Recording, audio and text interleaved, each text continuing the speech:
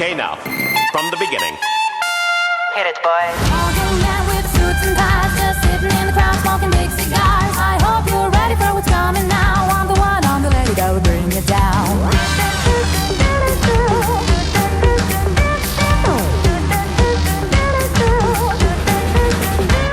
There's a joint on the corner where the big boys play.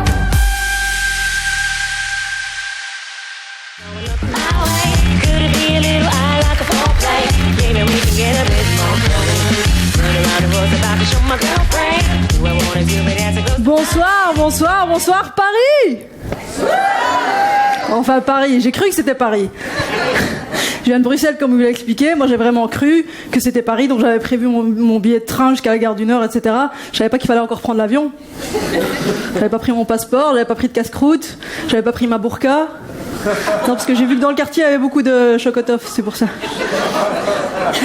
Alors je me présente, je m'appelle Kautar. Mes amis m'appellent Cow parce que c'est plus court, c'est plus facile à retenir et puis ça veut dire vache en anglais. Alors je sais exactement ce que vous êtes en train de vous dire, mais quel lien pourrait-il y avoir entre cette délicieuse créature et une vache? Aucun. Et celui qui ose penser l'inverse, attention parce que je viens de Molenbeek quand même, hein. Donc ne prenez pas trop de risques. Alors je m'appelle Kautar. Kautar ça veut dire abondance en arabe. Il y a des gens qui comprennent l'arabe ici dans ça? Oui? Une. Oui, je suis là, c'est moi, c'est l'arabe. Donc ça veut dire abondance. Effectivement, j'ai la chance d'expérimenter l'abondance chaque jour de ma vie. Hein? Abondance de factures, abondance de rupture, abondance de courbure. Non, mais ça c'est pas grave, j'ai appris à l'accepter. Comme dirait un grand philosophe belge, on a un seul philosophe en Belgique, il a été vivre aux États-Unis. Tu sais, le principal c'est d'être aware. Ok?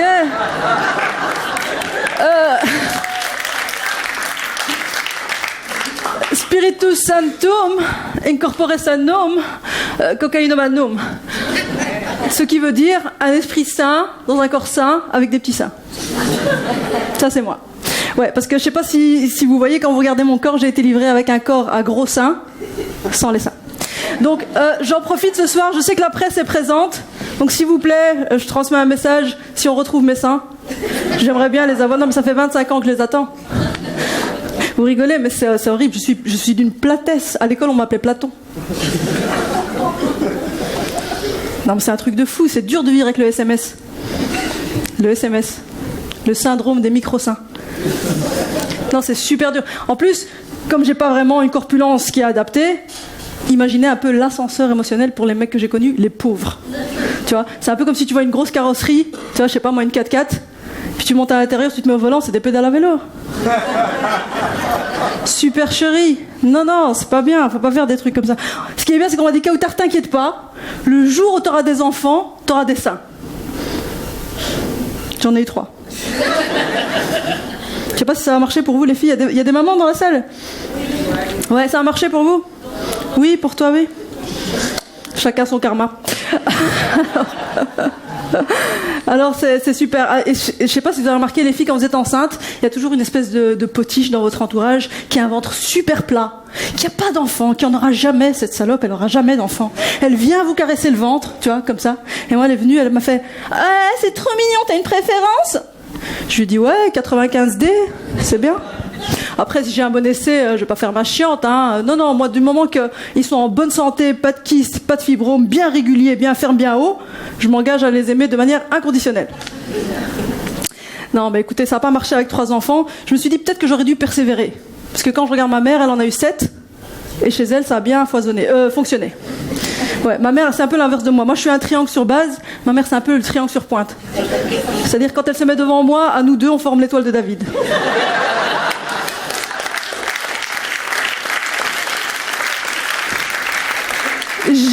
J'ai jamais fait part de cette comparaison à ma mère, sinon je ne serais pas là pour vous l'expliquer. Non, mais c'est vrai, ma mère, elle a vraiment eu 7 enfants, je suis la 7e, elle a eu 6 garçons avant moi, donc en toute logique, comme elle a eu 6 garçons, elle voulait plus d'enfants. Donc voilà, mais bon, je suis quand même arrivée, tu vois, déterminée. Mais c'est vrai que je me suis posé la question, je me suis dit, ma mère, elle a quand même eu 7 enfants, est-ce qu'elle voulait vraiment en avoir 7? Combien est-ce que ma mère voulait d'enfants? Je me suis posé cette question parce que faut quand même la vouloir, la pénitence, hein. 7 enfants, il faut être motivé. Donc j'étais là voir un jour, ma mère, je lui ai posé la question, je lui ai dit, maman, à la base, tu voulais combien d'enfants? Elle m'a répondu, ma mère, j'oublierai jamais, elle m'a fait, écoute-moi bien, ma fille. Dieu, il a dit, quand tu penses non, tu dois dire oui. Et moi, j'ai pensé 7 fois non, et lui, il a dit 7 fois oui. Et je voulais comme ça, 0 enfants, vous êtes tous venus kafsar. Kafsar, ça veut dire la rage, genre, vous étiez vraiment des spermatozoïdes, tu vois, qui n'ont pas lâché l'affaire. J'ai répondu, maman, tu es en train de me dire qu'à aucun moment tu n'as ressenti cet élan intérieur, intrinsèque, puissant, qui te pousse vers ce désir irrépressible de devenir mère? Elle m'a fait, tu crois pas on va faire Socrate et Platon? J'ai répondu à ta question, il ne faut pas pousser Bobonne dans la tortilla. Donc voilà, elle voulait 0 enfants, c'est-à-dire que mathématiquement, au premier enfant, sa motivation était de 0. Et je suis là, 7e. Donc je vous laisse faire un peu le calcul. Donc je suis arrivée dans ces conditions très heureuses, n'est-ce pas?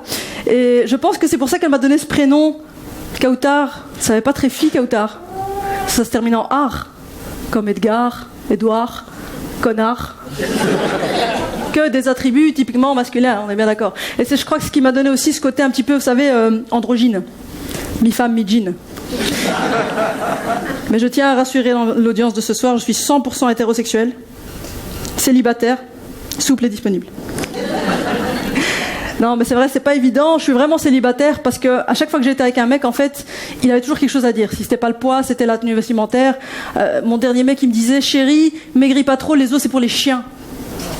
Oh. Et j'ai répondu, ça tombe bien parce que d'aussi loin que je me souviens, j'ai connu que ça. Des chiens. Non, je plaisante, messieurs. J'ai pas connu que des chiens. J'ai connu des porcs aussi. Des porcs de plaisance, des porcs avec des grosses péniches, des bites d'amarrage, des porcs, quoi. Non, mais sérieux, franchement, c'est difficile. Moi, personnellement, j'ai eu difficile à les satisfaire. Ou alors, si c'était pas le poids, effectivement, c'était la tenue vestimentaire qui leur convenait pas. Et la dernière fois que j'étais avec un mec, il m'a dit, chérie, ce soir on sort, fais un effort, fais-toi belle. Traduction, au repos, t'es moche. Donc, ce soir-là, j'ai fait un effort, j'ai mis une petite jupe, des petits escarpins, un petit décolleté affriolant, même si, bon, chez moi, on a bien compris qu'il n'y avait pas de quoi s'affrioler. Et je suis arrivée toute contente, comme ça. Il m'a dit, tu vas sortir comme ça? On dirait une pute. Je dis, ok, tu vois, je suis retournée me changer, je me dis, on va mettre un truc tranquille, j'ai mis un jogging basket, je suis revenue, il m'a dit, tu vas sortir comme ça? On dirait mon cousin Hamid. Ok, tu vois, je me suis dit, on va faire simple et efficace, j'ai enfilé une djellaba. Je suis revenue, il m'a dit, tu vas sortir comme ça? On dirait ma tante Hamida. J'ai dit, tu sais quoi, je suis retournée, j'ai trouvé tout ce qui me passait sous la main, une chemise en velours, un soutien-gorge par-dessus, un short du Real Madrid, des barésites, chaussettes Adidas, des babouches. Je suis revenue, il m'a dit, tu vas sortir comme ça, on dirait ma tante Hamida qui a essayé de faire la pute. J'ai dit, tu sais quoi, chérie, je sors pas ce soir, je reste à la maison, je regarde la télévision. Je suis restée chez moi, j'ai allumé la télé, devinez ce que c'était? Les reines du shopping. Tout le monde connaît? Oui? Oh, il y en a qui ne connaissent pas, c'est dommage. La partie qui va suivre ne va pas trop vous intéresser. Les reines du shopping, c'est Christina Cordula. Il n'y a que elle, magnifique. Il n'y a que elle, c'est la reine. Les autres, c'est des valets, on est bien d'accord. Vous avez déjà vu cette dame, comment elle parle aux gens? Elle te détruit des personnalités. Elle te sape des morales. Mais avec son grand sourire et son petit accent brésilien, ça passe, ma chérie. Cette fois-là, il y avait une petite participante, elle était, comment vous dire? Elle était comme au niveau de mes cuisses, mais partout. Donc elle était un peu globalement sphérique. Christina l'a vue, elle lui a fait aïe aïe aïe ma chérie, ça va pas du tout, c'est pas magnifique, c'est pas sublime, t'as un O qui s'est pris pour un H. T'as un O, ça veut dire t'es une boule. Tu roules. Alors ma chérie, le blanc sur toi ça va pas, ça tasse, ça fait pas raffiné. En haut il y a du volume, en bas il y a du volume. Ah non, ma chérie, ça va pas du tout, ça fait muffin à la vanille, hein. J'adore, hein, avec le café, de temps à autre, hein, pas tous les jours, sinon je deviens comme toi. Alors ma chérie, ne t'inquiète pas, on a tout prévu. Ponceuse, disqueuse, plafonneur, jardinier, une équipe au top qui va faire du boudin que tu es, une reine.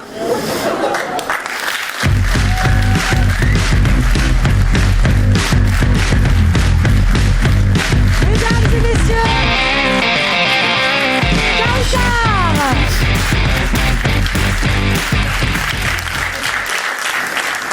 Eh ben, viens, Kautar, je t'en prie. Merci. La table des interviews. La table des interviews. Dis-moi, ce petit déplacement valait le coup, non? Franchement, super sympa. Vous êtes au top. Je regrette pas d'avoir fait 4 heures de route.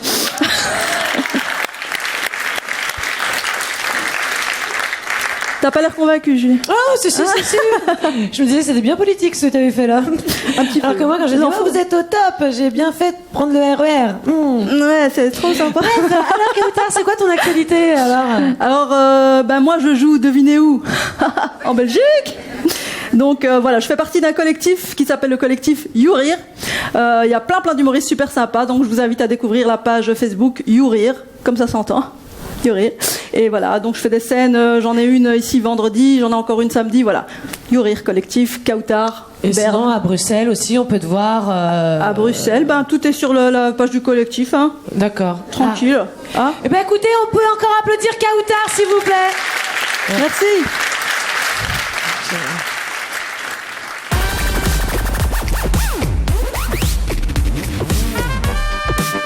Okay, now, from the beginning.